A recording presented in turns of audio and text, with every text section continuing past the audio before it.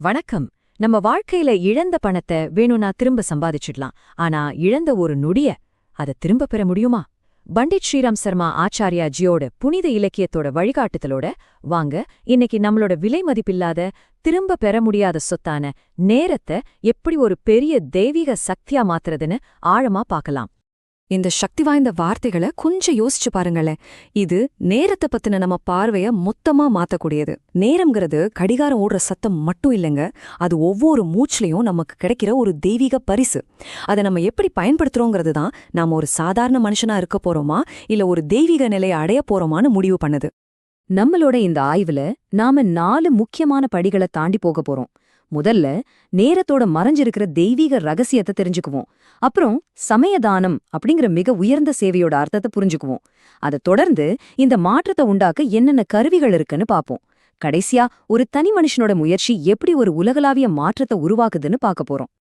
அப்போ நம்ம ஒவ்வொரு நாள்லயும் ஒழிஞ்சிருக்கிற அந்த புதையல் எது? வாங்க நம்ம முதல் பகுதிக்குள்ள போகலாம். நம்மளோட நேரம், ஏன் தங்கம், வைரம் எல்லாத்தையும் விட மதிப்புமிக்க ஒரு ஆன்மீக நாணயம்னு இதுல ஆராயலாம்.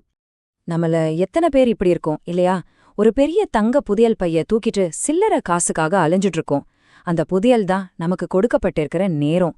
அன்றாட கவலைகள்ல மூழ்கி நம்ம வாழ்க்கையே மாத்தக்கூடிய இந்த மகத்தான சக்திய நம்ம சர்வசாதாரணமா மறந்துடுறோம். வாங்க நம்மளோட ஒரு நாள், அதாவது 24 மணி நேரத்தை ஒரு கணக்கு போட்டு பார்ப்போம். சுமார் 8 மணி நேரம் வேலை, 7 மணி நேரம் தூக்கம், மத்த முக்கியமான வேலைகளுக்கு ஒரு 5 மணி நேரம்னு வச்சுக்கிட்டா கூட இப்ப பாருங்க, ஒரு ஆச்சரியமான விஷயம் தெரிய வருது. எவ்வளவு பிஸியான வாழ்க்கையா இருந்தாலும் நம்ம ஒவ்வொருத்தருக்கிட்டையும் கணிசமான நேரம் சும்மாதான் இருக்கு. அந்த நேரம்தான் இந்த 4 மணி நேரம். இது ஒவ்வொரு நாளும் பிரபஞ்சம் நமக்கு கொடுக்கற ஒரு பரிசு. இந்த 4 மணி நேரத்துல ஒரு புது திறமைய கத்துக்கலாம், ஆன்மீகத்துல உயரலாம், இல்லைனா இந்த உலகத்துக்கு சேவை செய்யலாம். இது சும்மா நேரம் இல்லங்க, இது அசாதாரணமானதை சாதிக்கிறதுக்கான ஒரு பொன்னான வாய்ப்பு. நாம வாழறது ஒரு சாதாரண காலகட்டம் இல்ல, இதுக்கு பேரு யுக சந்தி. அதாவது 2 யுகங்கள் சந்திக்கிற ஒரு முக்கியமான திருப்புமுனை. வரலாற்றோட திசையே மாறப்போற நேரம் இது.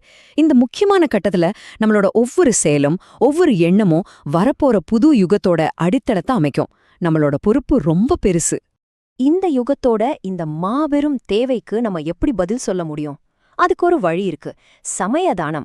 இது வெறும் நேரத்தை தானம் பண்றது மட்டும் இல்ல, இந்த யுக மாற்றத்துல நம்மளையே அர்ப்பணிச்சுக்கிற ஒரு உன்னதமான சேவை. சமயதானம்னா என்ன? அது நம்மளோட ஓய்வு நேரத்தை ஒதுக்குறது மட்டும் இல்ல, அது நம்மளோட சக்தி, கவனம், திறமை எல்லாத்தையும் இந்த சமூகத்தோட நல்லதுக்காக அர்ப்பணிக்கிறது. சொல்லப்போனா இந்த காலத்துல பணம் கொடுக்கறத விட, பொருள் தானம் செய்யறத விட நம்ம நேரத்தையும் கவனத்தையும் கொடுக்கறது தான் மிக உயர்ந்த சேவையா கருதப்படுது. ஏன்னா நேரம்தான் மாற்றத்தை உண்டாக்குற உண்மையான மூலதனம். சமயதானத்தோட நோக்கம் ரொம்ப தெளிவானது. சமூகத்துல இருக்கிற நோய்களுக்கு மேலோட்டமா மருந்து பூசாம அதுக்கு மூல காரணமான மனுஷங்களோட சிதைஞ்சு போன எண்ணங்களை தூய்மைப்படுத்துறது. மக்களோட எண்ணம் உயர்ந்தா இந்த பூமியே தானா சொர்க்கமா மாறிடும். அதுதான் ஒரு பொற்காலத்தை நோக்கிய உரைப்பாதை. இப்போ இந்த ஞானம் நம்ம கிட்ட ஒரு நேரடி அழைப்பு வைக்குது. இந்த உன்னதமான பயணத்துக்காக ஒவ்வொரு நாளும் குறைஞ்சது 2 மணி நேரத்தை அர்ப்பணிக்க முடியுமா? இந்த சின்ன அர்ப்பணிப்பு தனிப்பட்ட முறையிலயும் சரி, சமூக அளவிலையும் சரி, எவ்ளோ பெரிய மாற்றங்களை உருவாக்கும்னு கொஞ்சம் கற்பனை செஞ்சு பாருங்க. சரி, 2 மணி நேரம் கொடுக்கலான்னு முடிவு பண்ணிட்டோம். ஆனா அதை எப்படி செயல்படுத்துறது, என்ன பண்றது? இந்த கேள்விக்கு அடுத்த பகுதி நமக்கு தேவையான கருவிகளை தருது. வாங்க அந்த மாற்றத்துக்கான கருவிகள் என்னென்னு பார்க்கலாம். முதல் கருவி பாத்தீங்கன்னா ரொம்ப சிம்பிள் ஆனா பவர்ஃபுல். ஞானத்தை பகிரும் பை. இது ஒரு நடமாடும் நூலகம் மாதிரி. நல்ல எழுச்சியூற்ற புத்தகங்களை நம்ம கூடவே எடுத்துட்டு போய் நாம சந்திக்கிறவங்களுக்கு படிக்க கொடுக்கறது. ஒவ்வொரு புக்கும் ஒரு வித மாதிரி. அது சரியான மனசுல விழுந்தா ஒரு பெரிய அறிவு புரட்சியை உருவாக்கும். அடுத்ததா ஞான ரதம், அதாவது அறிவோட தேர். இது ஞானத்தை மக்களோட வீட்டு வாசலுக்கே கொண்டு போற ஒரு அற்புதமான முறை. தெருக்கள்ல, கிராமங்கள்ல இந்த நடமாடும் அறிவொளி மையம் மக்களோட இதயத்துல ஒரு உத்வேகத்தை விதைக்கும். இந்த ஞான ரதம் ஒரு முழுமையான, தனக்குத்தானே போதுமான ஒரு அமைப்புன்னு சொல்லலாம்.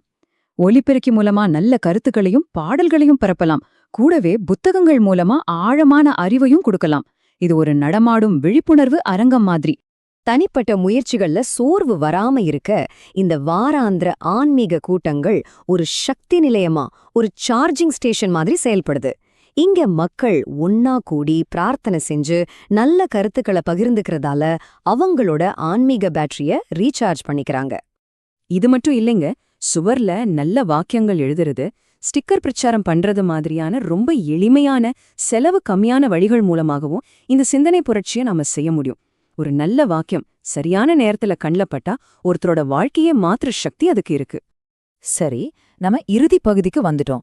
இந்த தனிப்பட்ட முயற்சிகள், இந்த ஞான ரதங்கள், இந்த வாராந்திர கூட்டங்கள், இது எல்லாம் தனித்தனியா இயங்கும்போது என்ன நடக்கும்? அதுவே ஒன்னா சேரும்போது எப்படி ஒரு உலகளாவிய தாக்கத்தை உருவாக்குதுன்னு இப்ப பார்க்கலாம். இந்த 5ங்கிற எண் சும்மா ஒரு எண் இல்ல. இது ஒரு சக்தி வாய்ந்த குறியீடு. ஒரே மாதிரி சிந்திக்கிற 5 பேர் கொண்ட ஒரு அர்ப்பணிப்பான குழு ஒரு சக்தி கேந்திரமா, அதாவது ஒரு சக்தி மையமா மாற முடியும்.